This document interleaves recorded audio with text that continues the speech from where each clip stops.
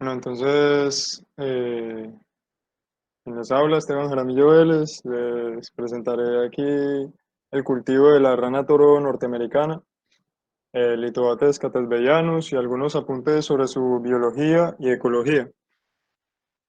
Entonces, tenemos que esta especie es un anuro anfibio perteneciente a la familia Ranidae. Fue escrita por Shaw desde 1802 y pues desde esa fecha se clasificó como rana catesbeyana. Eh, Esta nomenclatura se mantuvo por mucho tiempo hasta que bueno, llegó el desarrollo de la biología molecular y alrededor del 2006 el consenso científico la, la introdujo en el género de Litobates. Litobates, que significa lito, piedra, pues por su apariencia como de roca, por el tamaño, y bates, caminador, una piedra que camina, por su muestra de movimiento que algunas veces se realiza de esta forma. Litobates catasveyanus se clasifica dentro de las 10 ranas más grandes del mundo y con el nombre vulgar de rana toro se encuentra también la rana toro suramericana, la podemos ver aquí, Leptodactylus pentadactylus, la africana y la asiática. Este nombre vulgar de rana toro se le confiere por el llamado que la representa en la época de reproducción, que se asemeja mucho al bramido de los bovinos, del toro. Entonces, algunos apuntes morfológicos sobre el huevo. Vemos que la depositación, la ovoposición, el desove de los huevos por parte de las hembras es de los más comunes entre los sapos y las ranas, disponiéndose en la superficie del agua asociados a vegetación emergente y sumergida.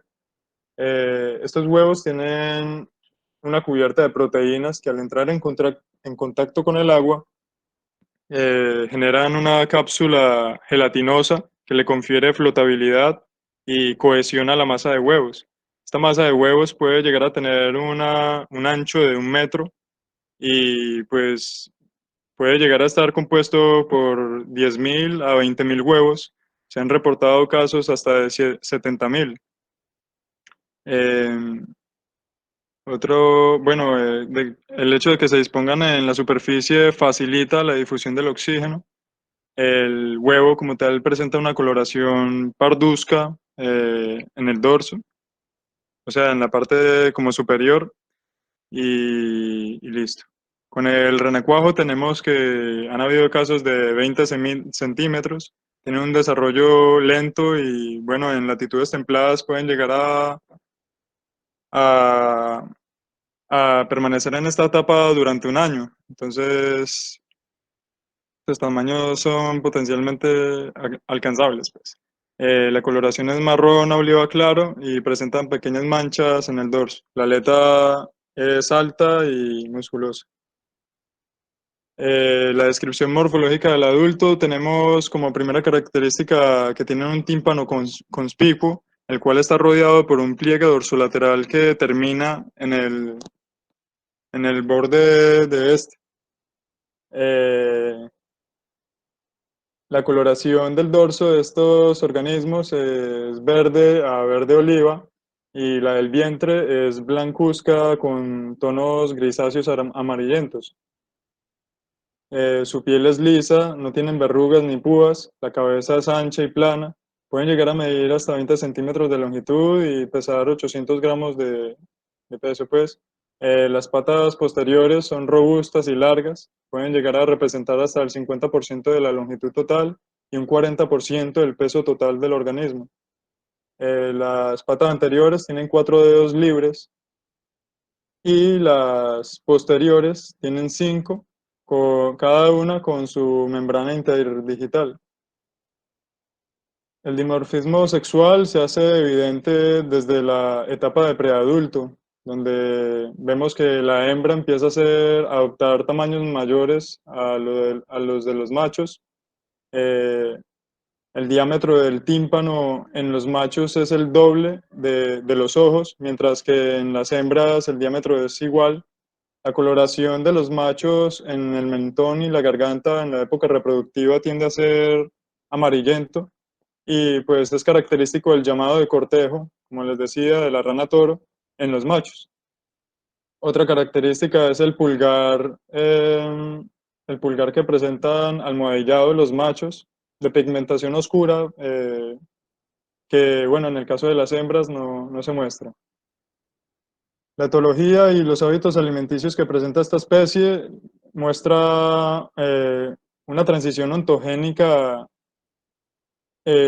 gradual desde los hábitos filtradores de fitoplancton, el ramoneo de algas bentónicas y la detritofagia, lo que puede resultar en el monopolio, sí, en la monopolización, por así decirlo, de la producción primaria en cuerpos de agua oligotróficos, ya que la producción de renacuajos es masiva y bueno, estos pueden dominar este componente de la comunidad. Estos organismos pueden estivar, también hibernar. El cambio gradual del hábito alimenticio se da, bueno, con el desarrollo metamórfico. Después del clímax, alcanza una limitación autogénica como depredador oportunista. El adulto ya establecido tiene una estrategia de forrajeo, o sea, un esfuerzo de caza de sit and wait, que es el de esperar al acecho y, bueno, raptar, como las serpientes. Entonces, en análisis de contenidos estomacales se ha encontrado que estos organismos, que son consumidores secundarios, han llegado a devorar peces, renacuajos, tortugas, serpientes, mamíferos como ratas o murciélagos, mamíferos que, bueno, se acercan a los charcos de agua y a tomar agüita y ahí encuentran la muerte. Entonces, también tenemos que este organismo presenta una actividad diurna, aunque en la época de celo pueden encontrarse picos de actividad nocturna. La vida media de Lithobates catasveyanus es de 7 a 9 años. Como descripción del hábitat, tenemos que su distribución en altitud es desde el nivel del mar hasta los 2000 metros de altura. Las aguas presentan una condición de euritermos, organismos euritermos, con condiciones óptimas de temperatura entre 24 grados Celsius y 33. La humedad relativa también es bastante amplia, aceptando desde 33% de humedad hasta el 100%. Hábitats preferibles como los embalses, los pantanos, arroyos y zanjas, que en general pues, son hábitats cálidos y lénticos. Es una especie periantrópica, o sea, tolera alta presencia del humano y es más, en los espacios artificiales se le facilita mucho la depredación, ya que la estructura tridimensional del hábitat, o sea, obstáculos de vegetación, pues no van a estar presentes y simplemente es saltar y capturar a la presa. Pues la diferencia con los hábitats naturales en cuanto a la dieta es que, bueno, los hábitats naturales le proporcionan una base de presas mucho más diversa. Em, Como tal, la rana toro se excluye de estanques temporales, ya que, bueno, más que todo en latitudes templadas, ya que allá los renacuajos llegan a tener procesos metamórficos que llegan a durar hasta el año, los 6 meses, y bueno, si es un estanque temporal, se verá bastante complicado el desarrollo del renacuajo si se le seca el cuerpo de agua. En la reproducción, en latitudes templadas, se alcanza la madurez sexual 2 años después de la metamorfosis, compuestas en primavera y verano, mientras que en latitudes tropicales, a los 6 meses de edad, ya están aptos sexualmente y pueden poner huevos todo el año. El sistema de apareamiento que se encuentra en los machos, o bueno, el comportamiento que muestran es la defensa poligámica de un recurso, el recurso hembras, que se ve gravemente disminuida por varios factores. Primero, tenemos que la maduración de las gónadas entre machos y hembras es asincrónica y la temporada reproductiva de esta especie es prolongada, lo que genera pues una competencia y bueno, territorialidad alta en los machos, entre los machos y otros factores como que en las poblaciones hay una mayor proliferación de machos y el hecho de que la hembra tiene la facultad de elegir al macho, pues disminuyen mucho la probabilidad de que el macho pueda encontrarse y aparearse con una hembra receptiva. Entonces, bueno, esos son algunos apuntes de su reproducción. Para la temporada del desove, tenemos que algunos machos encuentran su territorio para defender, que es el lek, y bueno, este lek es un territorio de cortejo, es un territorio propio del macho y lo anunciarán con vocalizaciones. Entonces, en charcos de agua se formarán coros de canto, a donde acudirán las hembras grávidas, pero pues estas no acudirán en masa, sino una a una, buscando cada una a su macho. Aunque bueno, pues se pueden reproducir varias veces, ¿no? No es que vayan a ser monógamos, ni nada por el estilo. La llamada como tal del macho, fuera de establecer el lek, también tiene funciones en la agregación de machos y hembras, en la ubicación de machos en condición reproductiva y la discriminación de vecino extraño.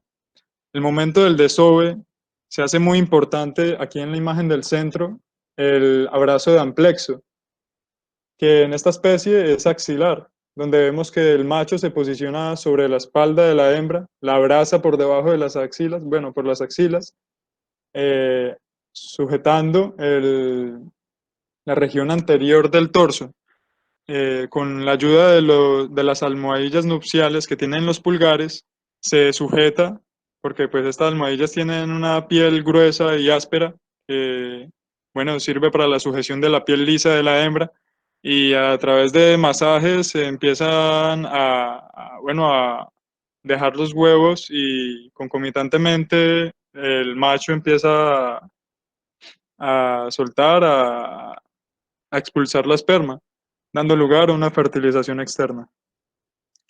Aquí tenemos un videito del canto, de la llamada del macho.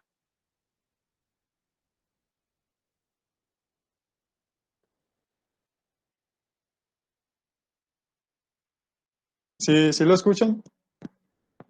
No, ¿No? No, Ay, hijo de madre. Es, te tocó imitarlo. si hace un video de YouTube, si, después nos regalas el link en el grupo de WhatsApp. feliz. Sí, porque no Entonces, escuchamos, o por lo menos yo no escucho. bueno, ahí si algo les interesan, la abren y la miran, pues. Entonces, tenemos como tal una distribución problemática. Bueno, empezando desde un origen neártico, tuvieron su distribución natural y a finales del siglo XIX empezaron a extenderse hacia el oeste y centro del país estadounidense. Bueno, para abastecer la carne que requerían los colonos y como animales para fines académicos en ciencias biológicas. Luego la distribución empezó a realizarse internacionalmente al ver que eh, las ventajas que tenían estos organismos como comercialmente pues en los cultivos era muy alta. Entonces en Brasil se mostró ya desde 1935 una, bueno, importante demanda de parentales que eran para fomentar programas de crianza en cautiverio en este país, lo que generó una industria muy próspera de más de 100.000 hectáreas para la ranicultura en Brasil. Colombia, como tal, introdujo parentales de la rana toro en el año 1986, con sus problemas de escape de individuos al medio natural y su posterior prohibición por la norma colombiana, dada la problemática de esta especie como exótica invasora. Llegó a distribuirse en más de 14 países, ha llegado a distribuirse en más de 14 países en 4 de los 5 continentes. Esta gráfica que vemos acá, este mapamundi, pues nos muestra los diferentes países en que ha sido introducido y en los que ya se ha establecido como invasor. Bueno, algo importante, establecerla como una verdadera plaga debido a la elevada capacidad reproductiva que tiene, la tolerancia ecológica amplia, la dieta alimenticia voraz desde la etapa de renacuajo y debido a que es un vector de enfermedades infectocontagiosas.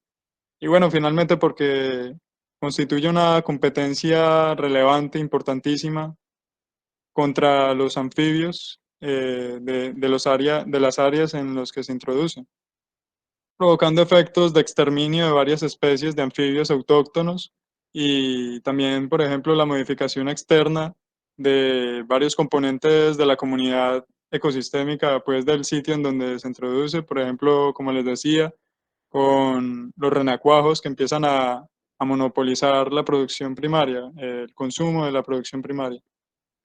Bueno, ya como tal, el cultivo de la rana toro, una de sus cualidades, de sus ventajas para su cultivo, es la extraordinaria capacidad adaptativa que tienen, el rápido crecimiento y la alta conversión alimenticia. Con, con respecto a los problemas, tenemos que la nutrición no se ha especificado eh, para, para esta especie. Tenemos por acá en Latinoamérica que se le da una alimentación de tilapias y de trucha. Sin embargo, por ahí leí que en Taiwán ya tienen un alimento específico para estos organismos. Las enfermedades también es un punto clave, pues, de negativo, ¿no? De desventaja. Dado que, por ejemplo, bueno, más tarde les hablaré de ellas. El canibalismo es una especie muy voraz y la problemática es bastante grave, tanto que se tienen que hacer selección y bueno, separación de los organismos según sus desarrollos, que también es bastante diferencial entre las cohortes. El ciclo de vida también es complejo, entonces hay que cuidarse de eso. Ya les hablé de Brasil como buen productor de la rana toro desde 1935 que se empezó a establecer la ranicultura allá y Taiwán desde 1980, estableciéndose como el primer productor de este organismo. Entonces, algunas condiciones importantes para su cultivo. Tenemos como temperatura óptima 25 grados Celsius, un oxígeno disuelto de 6 miligramos por litro, amonios menores a 0,10 miligramos por litro y una transparencia de la columna de agua de 35 centímetros. Entonces, empezando con, bueno, el cultivo como tal, qué pena. Necesitamos saber el suministro de la semilla, que el ranicultor puede decidir ir a recogerlos en el medio natural, la masa de huevos o los renacuajos. Y bueno, también se puede optar por la reproducción seminatural o semicontrolada. Y o la más reciente, manipulación ambiental y hormonal, que bueno, produce la reproducción controlada. En esta presentación les voy a mostrar como tal la reproducción seminatural. Entonces empezamos con la estabulación de los reproductores, en la que los establos de los reproductores solo nos va a importar pues alimentarlos y estarlos revisando constantemente para, bueno, su beneficio, para estar asegurando un buen fenotipo. Luego la selección de reproductores, como ya se los dije, a partir de su fenotipo. Y el inicio de la temporada de reproducción, el canto de los machos empieza a ser el distintivo, ¿no? De que ya llegamos a la temporada y de que a los reproductores que los teníamos separados, hembras y machos aparte, tenemos que ahora juntarlos en un mismo estanque en los que se va a realizar el acto. Entonces, después del canto del macho, los criaderos de rana toro. Bueno, vamos a abordar el tipo de Suramérica. En Suramérica se maneja una reproducción en estanques semisecos, que tiene una dimensión variable entre 10 a 1600 metros cuadrados. Se construyen sobre ladrillos o bloques y se cubren con polisombras. El 75-90% del área del estanque se cubre por pasto y un 10-25% por charcos someros inundados hasta 20 centímetros que se revisten de hormigón. Estos son los sitios de desove, que pueden ser pequeños de 1 metro cuadrado para un par de reproductores o pueden ser hasta de 20-60 metros cuadrados para la reproducción colectiva, según se quiera realizar pues la metodología. Eh, cuando las ranas están en el acto del amplexo, es muy necesario que el personal pues no se encuentre alrededor, que esté despejado del personal, ya que es instinto natural estar con todos los sentidos durante este momento de vulnerabilidad, ¿no? A depredadores y todo esto. Luego del amplexo, luego de la fertilización externa, se llevan los reproductores a áreas de descanso. Y bueno, estos estanques de reproducción también tienen puntos de alimentación y de refugios. La alimentación se realiza con pellets de 40% de proteína, a razón de un 3% del peso corporal por día, y la alimentación se complementa con larvas de mosca. Finalmente, a la masa de huevos que se deposita y se fertiliza hay que darle 24 horas de reposo. El cuidado de los huevos que se han fertilizado se puede realizar en los tanques de cría de los renacuajos y la eclosión lleva de 3 a 5 días. Hay otras metodologías que usan edificios de hormigón en los que se disponen bandejas o recipientes de plástico o fibra de vidrio de 1 metro cuadrado. Estos edificios de hormigón deben estar en un lugar sombreado y ventilado, poco profundo, estático, y el agua que contiene cada bandeja debe estar libre de cloro y pues la capa de agua debe ser limpia como tal. La eclosión a estas condiciones en el edificio de hormigón puede darse en 2 días a 26 grados Celsius, controlando estos parámetros. La crianza de los renacuajos, ya cuando eclosionan, ya cuando se desarrolla la larva y llegamos al renacuajo, aquí empezamos a mostrar la etapa de primera alimentación, en, en la cual, bueno, se transfieren los renacuajos a los tanques de crianza y las 2 primeras semanas se debe realizar una inoculación de fitoplancton en estos estanques las 2 primeras semanas. Luego, bueno, se disponen los renacuajos en estos estanques y se proporciona a su vez una alimentación suplementaria de 2 a 4 veces al día con plantas acuáticas. La densidad de siembra recomendada para renacuajos es de 50 por metro cuadrado. Luego se da el traslado de estos renacuajos, bueno, cuando ya se han desarrollado y han llegado a una talla específica, a las áreas de crecimiento y de metamorfosis. Durante este proceso de metamorfosis se piensa que se deben disponer en 4 meses.